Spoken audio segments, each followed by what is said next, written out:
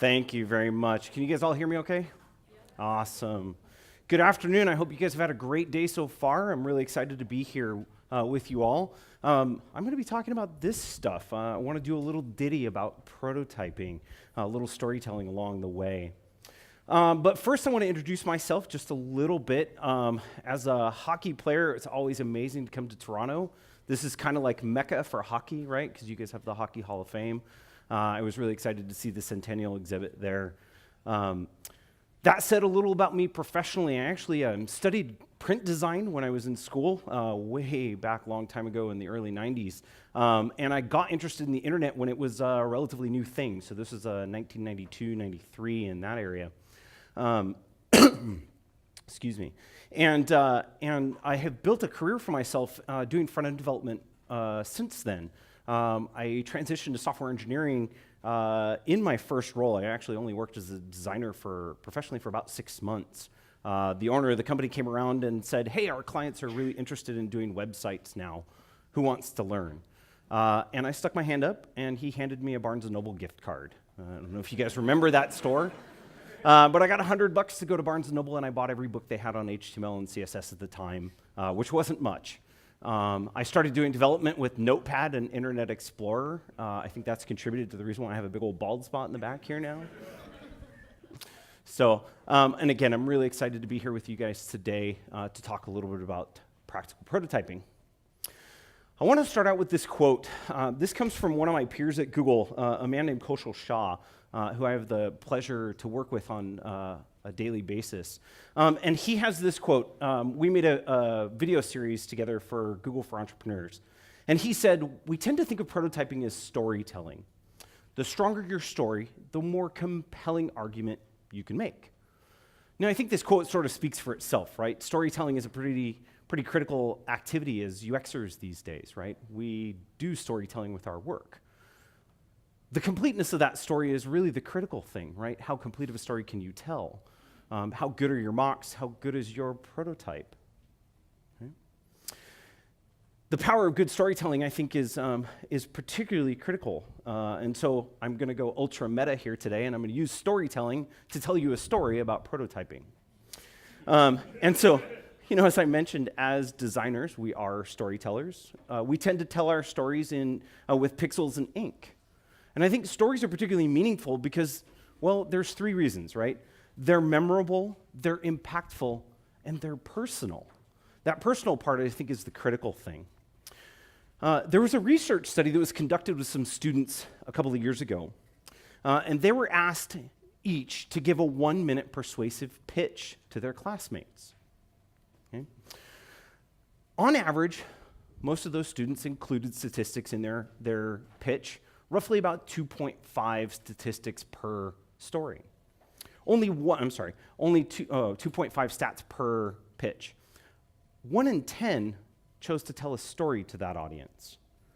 Now, when the researchers concluded that study, they asked all of the participants to write down what they had learned through that whole thing. Now, interestingly enough, only about 5% of those students remembered any of the statistics that were presented that day. However, 63% remembered the stories. That's a pretty big difference if you ask me, right? Pretty critical. And so today, again, I'm going to go a little bit meta with this. I'm going to use storytelling to tell you a story about prototyping. Examples of great stories, in my opinion, include things like Moby Dick or Casablanca, or one of my personal favorites, Star Wars. So, you know, just like these stories, right? Storytelling can take many different shapes and sizes. There are poems, magazine articles, novels, epics. Heck, I would even throw in comic books and graphic novels there with it. And just like stories, prototypes can come in a variety of shapes and sizes as well. So over the next little bit, I'd like to share how we use prototypes at Google to tell stories to our stakeholders and our users alike.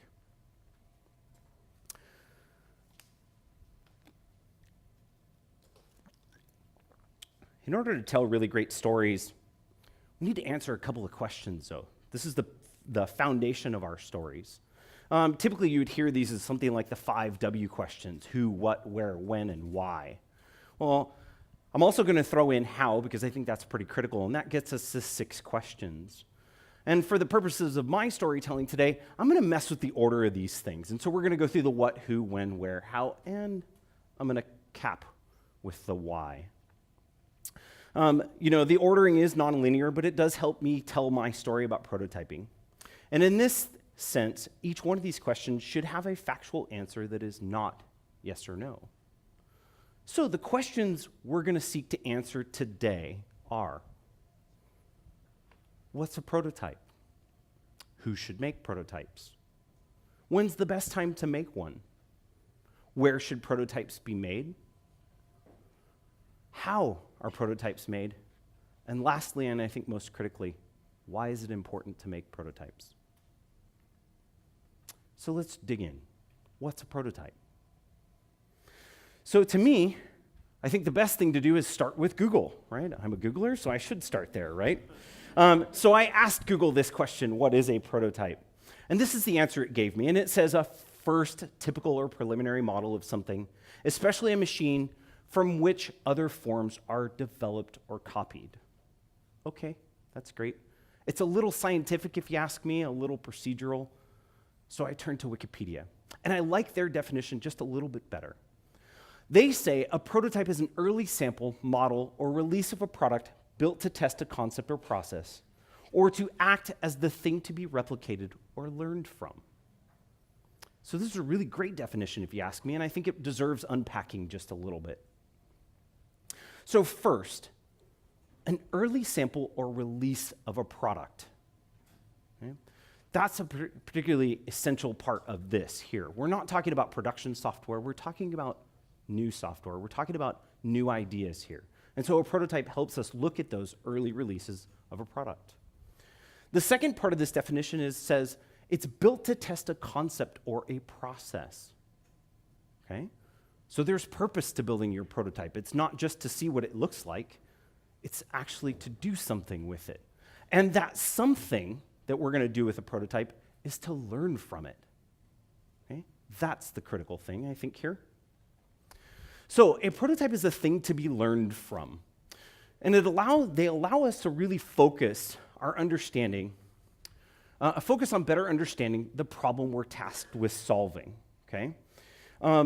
And because they're interactive, prototypes can help us eliminate a lot of the guesswork found when we're doing something like reviewing mocks or looking at data from a research study.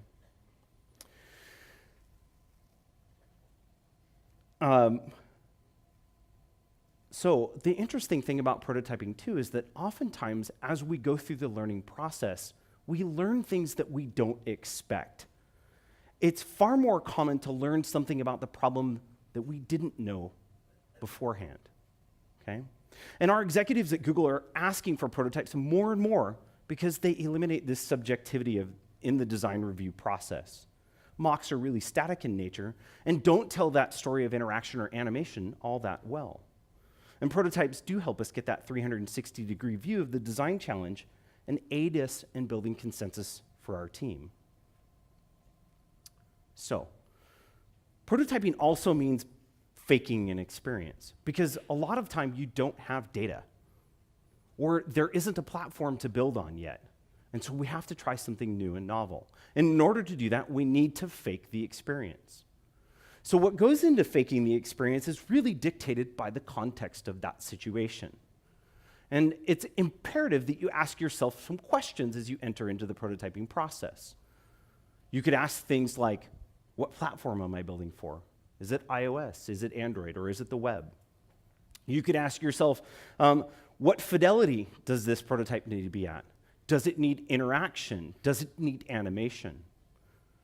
Really, what we need to think about is what the minimum requirements are to create an experience that allows your user to suspend disbelief, right? We talk about the suspension of disbelief as part of TV shows and movies, and I'm using that same concept here with prototyping. We want our users to suspend disbelief, to think that they are using the real thing. This is particularly critical for us at Google. When we have a lot of needs, we want to understand quite a bit about our end user and what resonates with them most. So it's critical to have a clear set of questions you're trying to answer and prototype only what you need to answer those questions. And as I mentioned before, prototypes come in a variety of flavors. Just like stories, they come in different sizes and shapes. And they take the form of everything from including paper and sketching all the way up to what I would consider to be native application development. And so I'd like to talk to you a little bit about these things. For us, as UX engineers at Google, we spend a lot of time prototyping in three modalities. First and foremost is the lo-fi sketching and paper prototyping stuff. This is really great at the low end of the fidelity spectrum. It's fantastic to add a lot of different collaborators for your work. Quick conceptualization is easy when you're just drawing boxes and arrows on a piece of paper. And frankly, anybody can do that.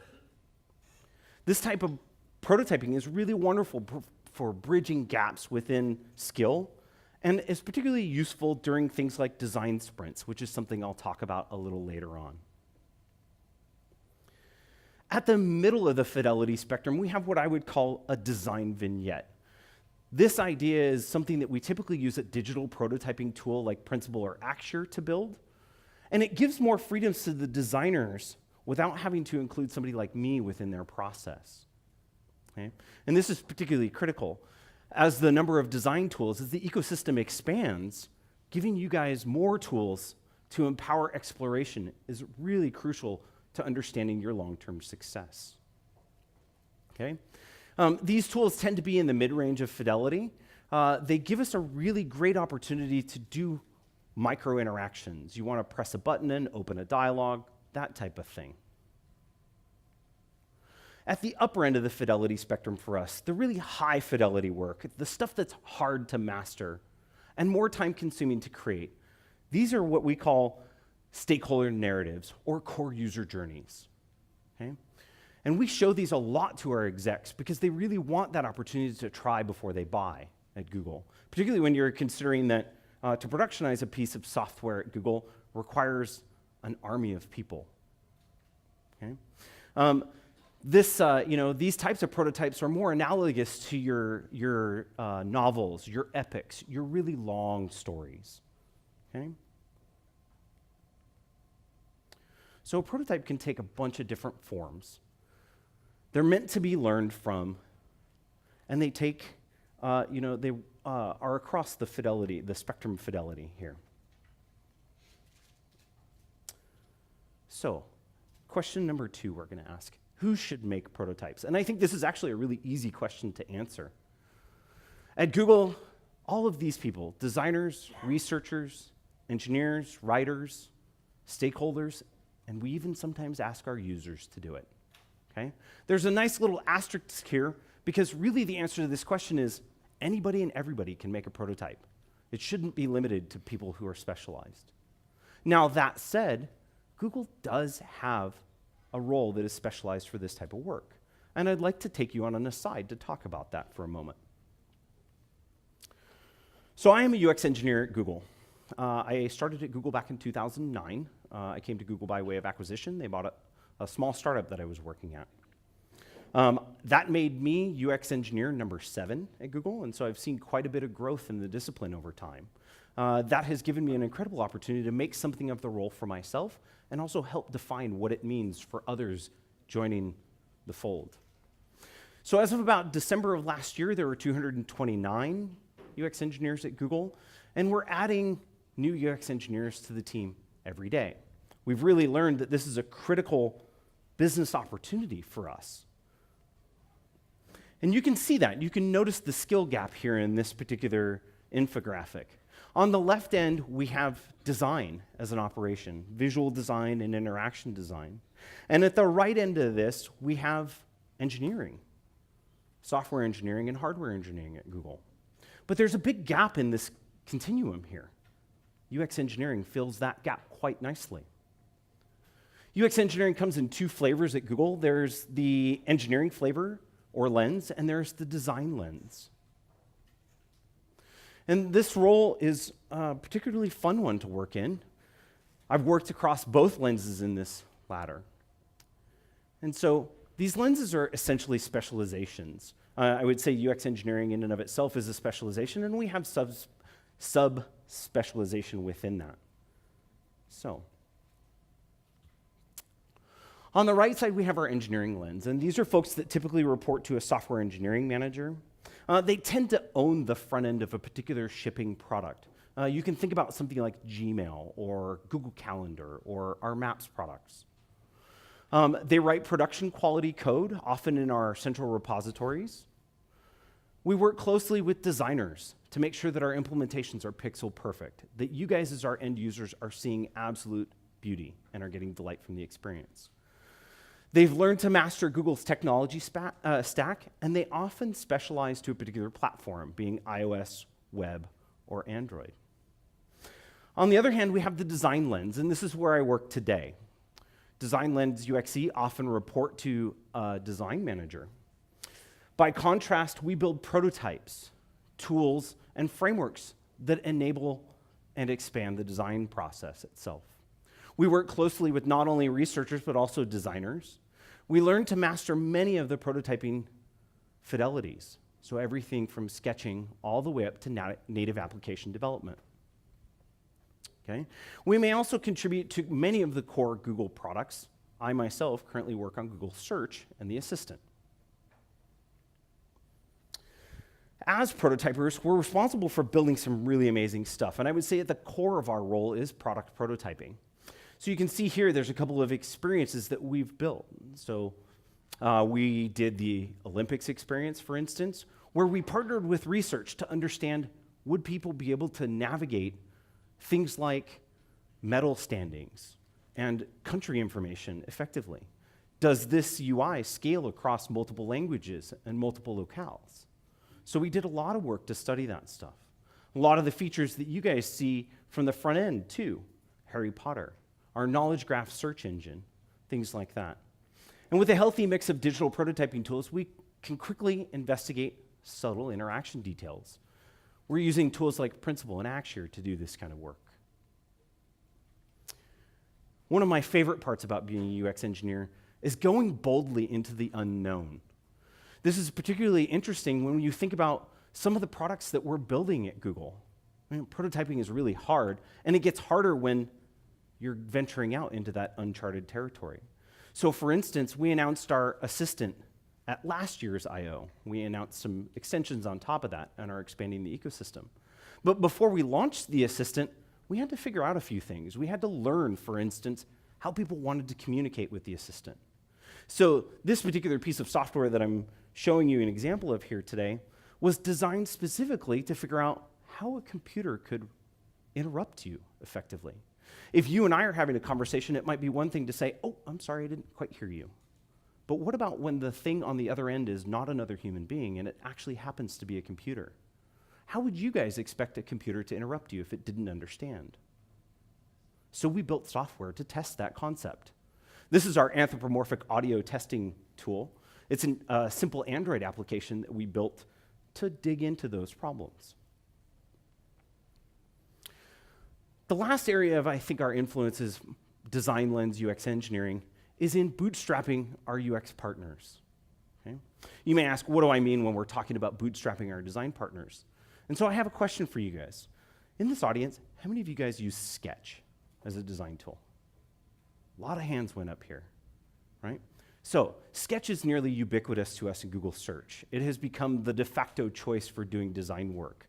And it's really a fantastic platform because it has the ability to develop plugins. And we've leveraged that development API to do things like this in this example. What I'm showing you here is actually a Sketch plugin that allows designers to import real live data into their mocks. That's really important and powerful for the simple reason that it allows you guys as designers to understand where your design decomposes and breaks down. It allows you to understand the edge cases and the corners of your design work much more effectively because we're showing you where that box breaks.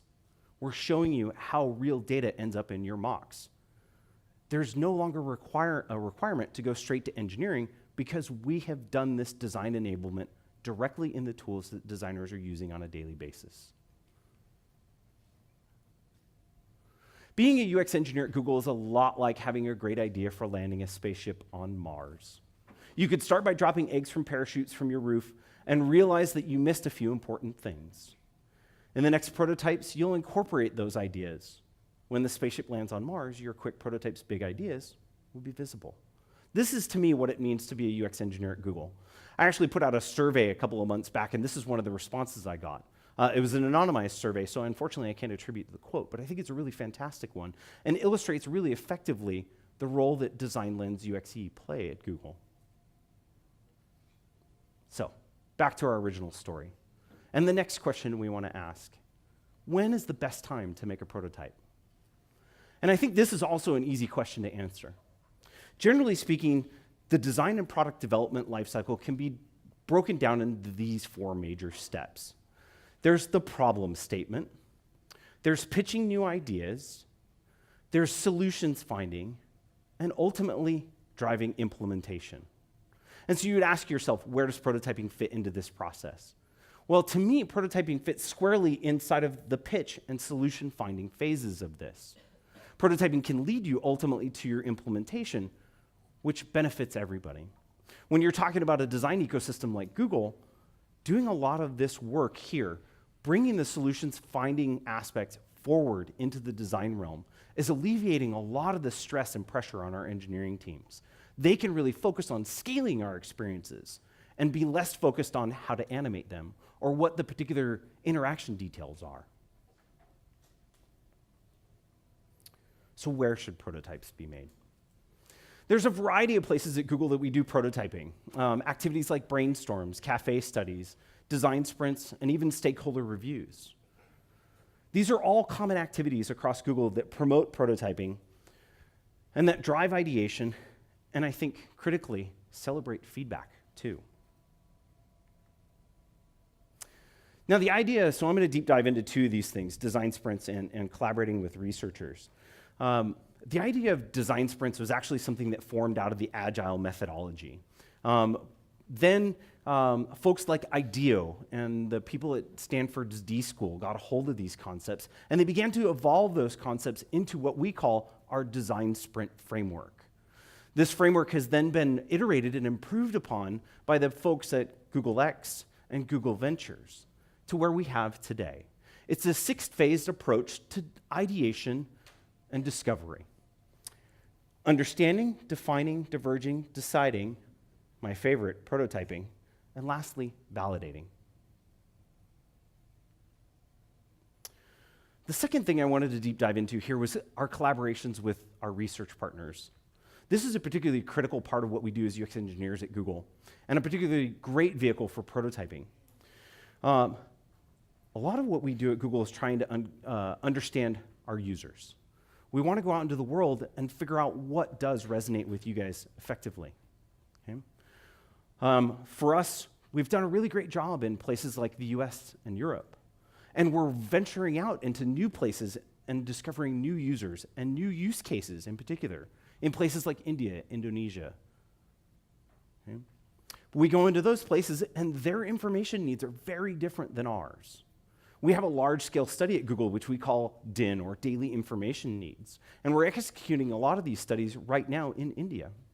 And these are really to help us find our next billion users.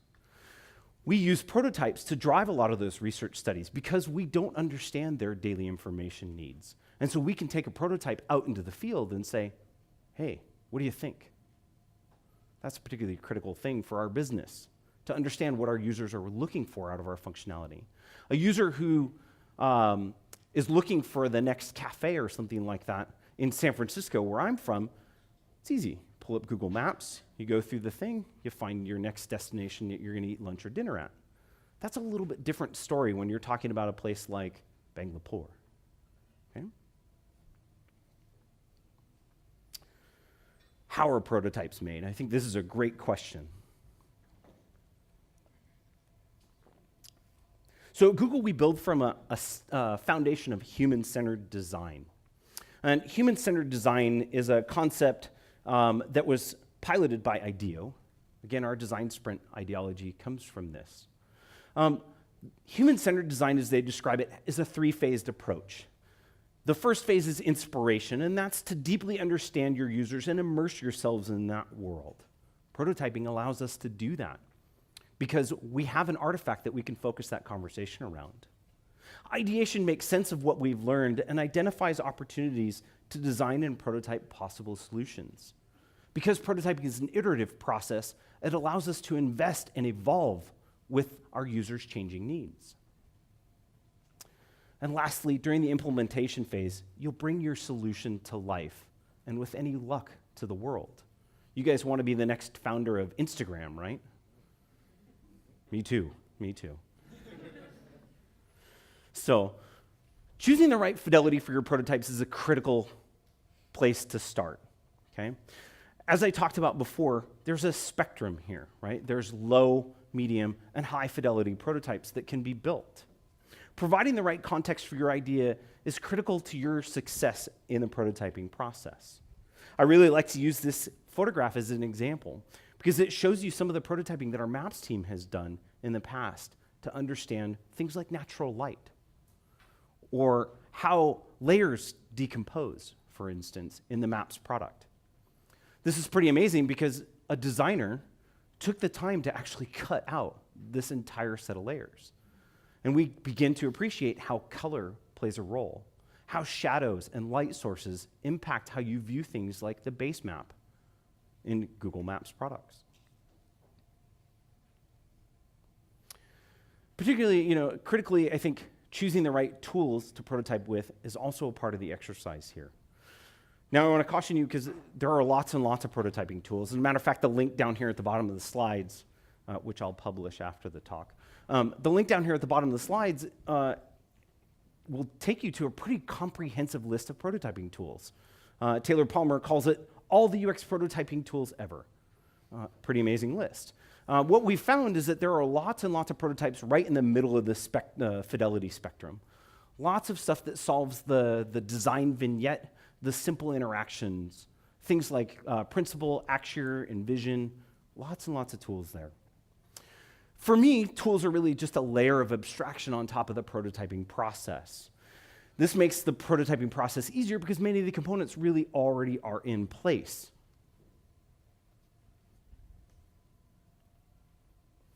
And so a few examples of some things that we've built over the time at Google. So we've done lots and lots of product onboarding, and this is an example of one of those things, right? In this particular scenario, we want to figure out which tool we want to use. So we're looking at things like, what's the design problem here?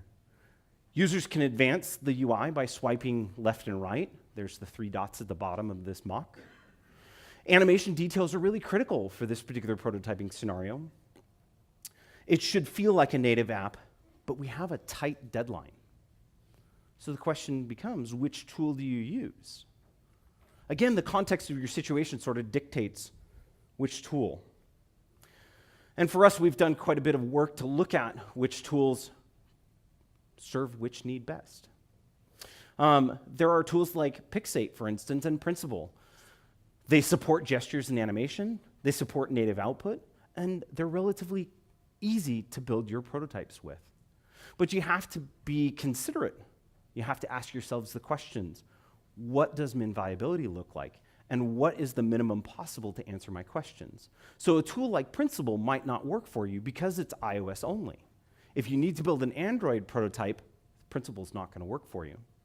So you really need to carefully consider the context of which tool you want to use and why it's important for that situation. Our second scenario might be a usability test. This is a large-scale web application. It's a multi-page workflow. We're testing a variation of an existing feature, so it's building into an existing ecosystem. There's a requirement for realistic user data, and it does need to feel real. So the question then I ask is, which tool do we want to use? So for this one, you're talking about a very large build-out. This is a talk that I give both inside and out of Google, and so I've listed a couple of the Google proprietary tools, AC being one of them. It's an HTML, CSS, and JS framework that we've built up for a bunch of our ads products. And I've included also HTML, CSS, and JavaScript, and you can see that they're roughly competitive here in the sense that They would work for the desktop. They support long page flows. They have the realism we're looking for, and they support injection of live real data. Great. The difficulty, though, here is that there's time to build on these things. If you're going to build something with HTML, CSS, and JavaScript, that's an investment of days or perhaps weeks. Maybe you don't have that kind of time. So you need to, again, carefully consider which tools you're going to use for that particular scenario. The last scenario I'll show you is a mobile app prototype that's being designed during a sprint week. So I told you a little bit about the design sprints that we use, and this is quite a popular activity at Google. We do lots and lots of participatory and collaborative design together. And so our design sprints oftentimes are a mix of PM, engineering, design, and research. Paper prototyping and sketching is really great in that scenario because it does bridge that skill gap really effectively. I ran a design sprint last week with a number of engineers and PMs, and it was really great to see them invest in the design process there, to start drawing boxes and arrows. They reluctantly enter into that process, but when they come out the other side, they're amazed. They become so much more confident in their own work because they've learned a new technique for expressing their ideas. Okay? A product like this, we're talking about a design sprint. Low fidelity is perfect because there's lots and lots of iteration and very, very little time. A design sprint is focused typically at 5 days or less. So in this particular case, paper is a perfect prototyping vehicle. Okay? We could go up the fidelity spectrum a little bit and use something like Principle or Pixate, but the difficulty therein is that there's time to build. You need to invest in laying out mocks and things like that so that they could be imported into a tool like Pixate. Okay? That might be difficult to do. You might not have the time. So another quick aside, these are some of the guiding principles that I've sort of collected over my time at Google. And I think these are really interesting to be able to share with you guys. So the first thing I want to share with you guys is to focus more on what you get right and less on what you get wrong. And so I've cribbed this image from the Mythbusters, a TV show you guys might have heard of. And the text in the photograph here says, failure is always an option. And because the prototyping process is really about learning in and of itself, failure has to be a part of that process. For us, success is built on top of that compounding failure. And it's really about what we can learn by continuing to iterate again and again. I think it's important that we learn to let go of our attachments. As prototypers, sometimes we like to fall in love with our first idea. And what we need to do is, because prototyping is a learning process and because it is an iterative process, we sort of need to adopt the mentality of letting go of our attachments. Embracing enthusiastic compromise. I mean, you might ask, what do I mean by an enthusiastic compromise here? Well, the enthusiastic compromise means that you're giving a little and you're getting a little. And it's often the case when you take your prototypes out into the field that you learn something you didn't know before. It's also quite likely that the direction your users want your product to go in is not what you originally thought. That's kind of a big deal. Prototyping will help you learn more about what your users are looking for, and they'll help you respond effectively to that need. This is my favorite because I love the cheesy picture of the kid. Active listening is such an important part of the design and UX process, I think. It's particularly critical, and I think this quote here sums it up really well. Listening is one of the most important skills you can have. How well you listen has a major impact on your job effectiveness. Active listening is that process of hearing your users and repeating back what you've heard, summarizing effectively, showing that you've heard them, that you understand what they value. Okay? I would really implore you guys to invest in this. Designing for breakpoints and iterations, I think, this is almost like a de facto statement, right? I probably shouldn't have this slide in here, but I have it anyway, because oftentimes we forget to stop and ask for feedback in our work. So building this into your process is pretty critical to your long-term success. As part, we're applying the process of human-centered design here, the inspiration, ideation, and ultimately implementation. And this is a critical thing. We need to learn to repeat this as necessary, as much as we need to, in order to really address the questions that we're asking of ourselves and our users. Now, as a manager of UX engineers and designers, I think this is a particularly critical thing. Even if you're a freelancer, you can take advantage of some of the down cycles in your client work. This is particularly crucial to invest in building up your strengths, invest in learning, reinforcing the skills you have, and making time to build new ones will help you sell products better. Perhaps you're an Android developer and want to branch out into iOS development. Perhaps you're a web developer and want to learn that hot new framework and see how it applies to your work. Perhaps you want to back it off and find out whether or not a framework, maybe a legacy framework, would be better suited to your product. Do you build that into your design process? I say yes. I think it's particularly critical. The other thing I think is pretty critical to your process is to keep a record of your progress. I've talked to a fair number of entrepreneurs and designers over my time here, and the difficulty that I've found is that a lot of times folks forget to write things down. They forget to put their code into a repository. They forget to host their mocks in someplace like Box or Drive or a cloud repository. So sometimes if your computer gets stolen, lost, broken, all your work has vanished. But if you keep a record of your progress, your work is not lost. And in particular, it makes it even easier for you to pick that work back up again in the future. This is something we do quite a bit at Google. We explore ideas that we've already talked about or thought about.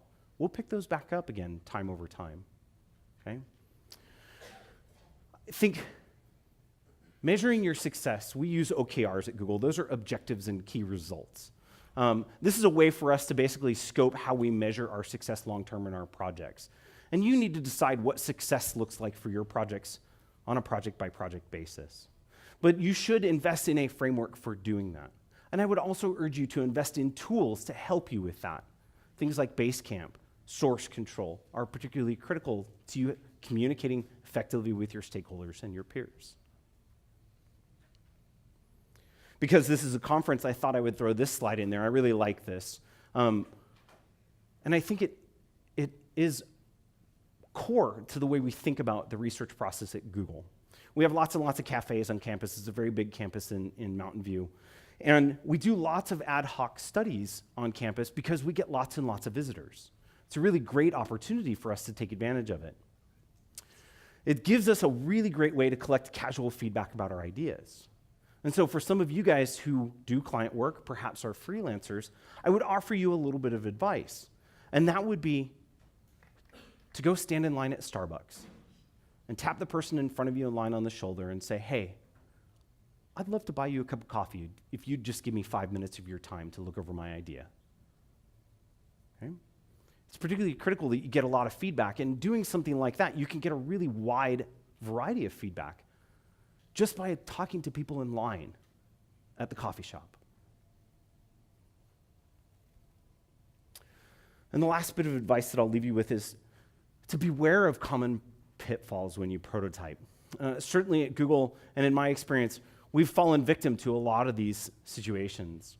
Fixating on the artifact instead of the understanding, converging too soon without exploring enough, or neglecting to test your work with real users. Or lastly, I think my bane, over-engineering our prototypes. Okay, we've certainly fallen victim to a lot of these things. One story that I can share is from some of the early work that we did in material design. Early on, we actually called that project internally Quantum Paper. We really thought about it as kind of this digital paper type thing. We made some really interesting artifacts to do that, and we did some really novel prototyping. I remember one particular prototype, which was touch responsiveness. In the material design system, you get a really nice, what we call ripple effect when you touch something. But we originally explored ideas like Tron-like electric mesh and things like that. Needless to say, it didn't go well because it didn't end up in the shipping product. But we fixated on some of those things a little too much early on. And it took us a little while to recover from that. So I would point you at Jared Spool's article here on the pitfalls of prototyping. He outlines some great advice for how to overcome some of these situations. So, all right, you guys are asking why this is here.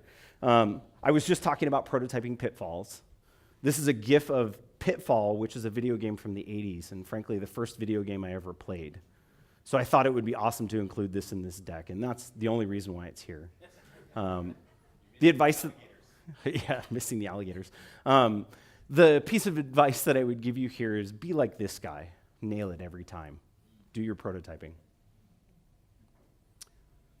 So I think we've come to the critical part of our story, the crux, the apex of the story. Why is it important to make prototypes? First up, prototyping will help you build a shared understanding of your idea. This will get you a 360-degree view around that idea and give you enough insight to carry that idea forward. There's lots and lots that goes into a product experience beyond just the design of it or the actual implementation of it. Okay? For instance, we ask these questions from an engineering perspective: what's feasible? From a UX perspective, we ask what's desirable? And from a sales and marketing perspective, we would ask what's profitable? By building a prototype and gaining feedback from all these constituencies, we can offer a much more well-rounded approach. And we get closer to success much more quickly as a result. We also want to foster a deeper understanding of our users' needs with prototypes. Using this as a central artifact to focus the conversation around will help you get serious about getting feedback. This is a particularly great thing, in my opinion. And in talking to entrepreneurs and designers alike, one of the things about getting feedback that I don't think people do often enough is to send their work ahead of time. Send that email with your prototype in it and your mocks in it ahead of time to your stakeholders, and outline 2 to 3 basic questions that you are hoping to answer with their feedback. Otherwise, if you don't do that, your stakeholder is going to walk into a meeting and go, "What are we talking about today?" And then you're in for a wild roller coaster of a ride, because maybe they end up fixating on the color or a particular interaction detail that you didn't want them to focus on. By priming the conversation ahead of time, you can help them focus their attention on the things that matter most to you. I think prototyping is pretty critical to overcoming what I call love at first design. Okay? And by that I mean, we as designers, I particularly fall victim to this quite a bit. I like to hold my work close to my chest. I'm particularly proud of my ideas sometimes, and I want to say, you know what, this is going to be so great. If only I add that next 2 or 3 features, if only I add that next interaction, it's going to be so awesome, I'm ready to show it to everybody. Problem is that I may have missed the mark already by doing that. And so it's particularly critical that we let go of the ego there and that we invest in validating our design thinking early and often. Prototyping is critical to communicating effectively with your stakeholders and your users alike. This is an essential thing because, again, you're focusing the whole conversation around a particular artifact, the prototype itself. And because design mocks don't do a great job of telling an interaction story or telling an animation story, you've got mock A and mock B, but how do you transition between them? If you're just looking at mocks, there's a whole lot of subjectivity in that process, and we don't know where we're going with it. Lastly, collaborating more effectively with your peers. As the slide says here, design is not an individual sport, and it should not be treated as one. And it's important to neutralize the politics of the decision-making process. And so we come to the end of my story about prototyping. These are the questions we sought to ask today. What's a prototype? When and where should we build them? How do we build them? And most importantly, why should we build them? And these are the answers to those questions. Scale your design process using common prototyping methodology and avoid common pitfalls.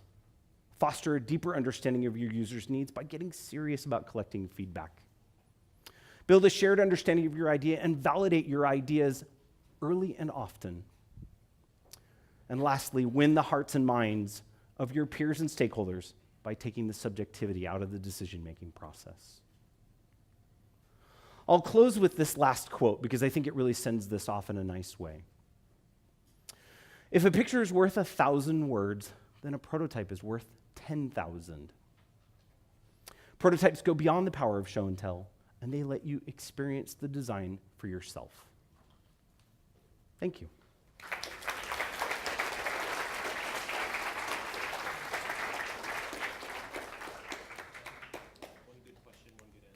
Sure. So I'm getting word that I can answer one, maybe two questions before we all go out and head out into the world. Yeah, right here in the middle.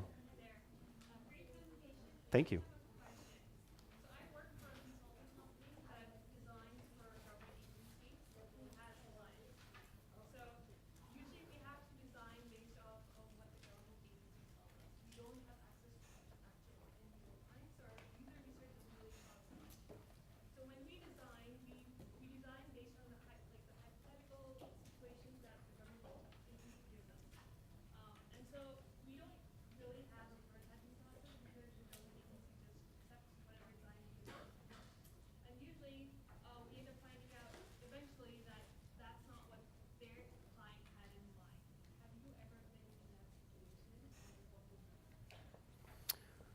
So if I can reflect the question back to you, you're asking what to do in the situation when you have a mediator between you and your client. So it's interesting. I would say yes and no. I have been in that situation, and I have largely also tried to avoid being in that situation. It's a difficult one. If you don't have access to your end users, ultimately you're left with whatever your clients are deciding, and in this particular case, the government or somebody else. So it would be up to you to include the government as part of that solutions finding exercise, to involve them, because ultimately they're the ones that are representing your end users. I would implore you, if you can get access to your end users, you should try, but I realize that might be a difficult situation. So the best thing you can do is to include the mediator as part of your process.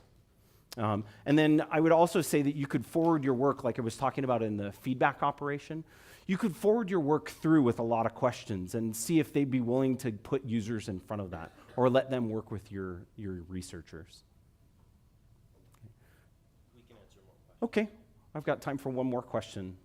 Yeah. So when you talk about prototyping, so like we every day we work on products which are, instead of making from ground up, we end up improving a lot of products which are existing. So how do you feel prototyping will differ for those in those situations? So the question was, how do we handle situations that when we're prototyping for an existing application or an existing scenario? There's a couple of different ways that you can go about that. So for instance, we do a considerable amount of A/B testing at Google, particularly on a platform like search. So at any given time, we literally have thousands of experiments running in production, and that tells us a little bit about the scenario that you're working on. To prototype there, you have a couple of options. You can either prototype with your existing technology stack, or what you can do is you can build a reasonable facsimile, which is off of the production stack. That would allow you to iterate a little bit more quickly, I think, but it depends on the questions you're seeking to answer. Are they interaction fidelity questions? Are they questions about the user journey itself? In which case, then you might need to plug into the existing platform. Your options there are kind of limited because you have to use the tools that are already in place. If you have the opportunity to build like a prototyping SDK, that's something we've done quite a bit in search. So my team has built something called SearchKit in Google, and that is a reasonable facsimile of the search experience. It allows our stakeholders to get to that place where they can suspend disbelief. They can think they're using search. You can issue queries with it, you see real search result cards, all that kind of thing. And it allows us to drive the user research lifecycle without investing too heavily in having to build into the production stack. I have a question. I saw that really awesome custom sketch plugin for populating with data. Which team is responsible for developing such a thing? So actually, my team built that. Yeah. which was really great. So that was a bunch of Design Lens UX engineers. We heard the problems that our designers were talking to us about. We're learning that our design work is breaking down once we get into production. The engineering teams are telling us that, for instance, when we translate to German, man, those words are really, really long, okay? And that just blew out your button affordance or something like that. By putting live data into the hands of our designers in the design process, we really enable them to understand the edge cases and the corners there. For us, that's a big part of what we do as UX engineers and why we have that role at Google. We have 8 UX specializations at Google. I realize that's kind of unheard of for the rest of the world. We decompose into visual design, interactive design, motion design, UX engineering, research, and then the content and writing disciplines as well. Thank you. Yeah. So, I mean, you talked about that sketch plugin. Mm-hmm. That was awesome. Do you do anything to sort of standardize things for designers, especially in sketch? Do you use version control, or do you use something so that components are standardized, so that it's, one designer's working on a design system, doesn't go change something, and then, the other designers don't have the latest stuff, and then what happens when you introduce UX engineers and then the prototyping? How do you speak a little bit? Sure. Yeah, so the question was about standardizing our design process across design and engineering and how we sort of accomplish that. We have some proprietary tools at Google that do that. We leverage Google's Drive product to benefit. We built another sketch plugin, which I didn't show you, which actually, so our designers, we've actually invested quite heavily. We have a production design team, and they've essentially built sticker sheets for all of the search experience or all of maps. And we built a macOS plugin, a sketch plugin pair that allow us to actually sync those sticker sheets across systems. So all you have to do is install that plugin, and you automatically get the latest and greatest version of those sticker sheets. We've also been doing that at the prototyping level as well. So we've invested quite heavily in the process of building these prototyping SDKs for our prototypers to build on. We talk about UX engineering and search, for instance. There's 6 people on my team right now. We support a design team of roughly 130. Yeah, so the ratio there is pretty crazy. It's almost 15 to 1, right? The way that we scale those operations is by building those tools and really bootstrapping effectively. So we have to invest in those processes. I would really implore you to look at some of the options that are available to you as a designer and within your ecosystem, whether you're a freelancer or you're part of a small or large organization. See where you can plug some lightweight tools into your process to help mitigate some of those things. Yeah, you're welcome. Thanks very much for coming out this afternoon, everybody. I really appreciate it.